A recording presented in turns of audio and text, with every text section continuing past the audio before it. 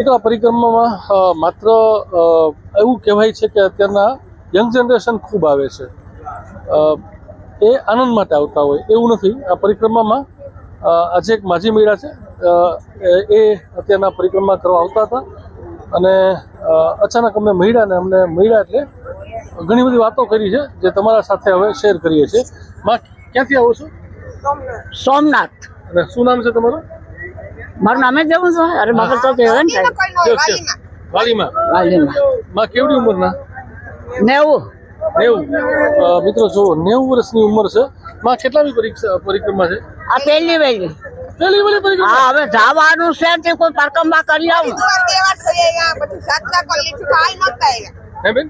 બધીમાં સાત્રા સહી આવ્યા, હરિદ્વાર સહી આવ્યા, 2 વાર બધી સાત્રા તો એમને આ 90 વર્ષે કેમ મગજમાં આવ્યું કે આ પરિક્રમા કરીએ?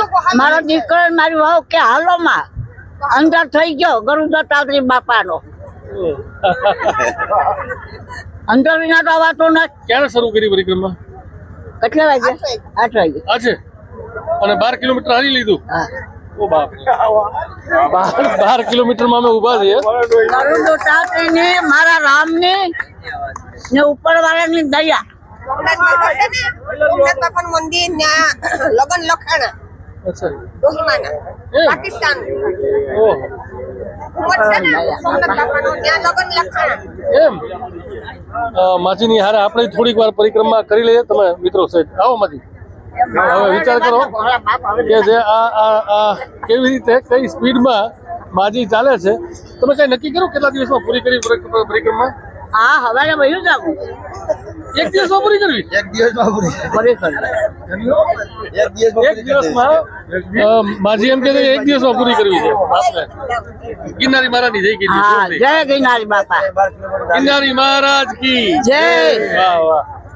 તો મિત્રો આ છે વાલીમાં કે જેની ઉંમર 90 વર્ષ છે. આ મારો દીકરો છે. ક્યાં છે? ઓહો, દીકરા અને વહુ બંને અત્યારના સાથે લઈને આવ્યા છે. આ શ્રવણ યાત્રા કહી શકશો તમે.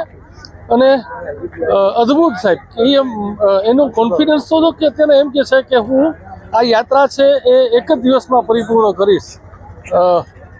ખરેખર અને પહેલી વાર કરે છે. 90મી વર્ષે પહેલી વાર પરિક્રમા કરી રહ્યા છે આ વાલીમાં. અને બધા તેના પાછા મળતા પણ જાય છે. આજ દર્શન કરવાના છે આ પરિક્રમાના.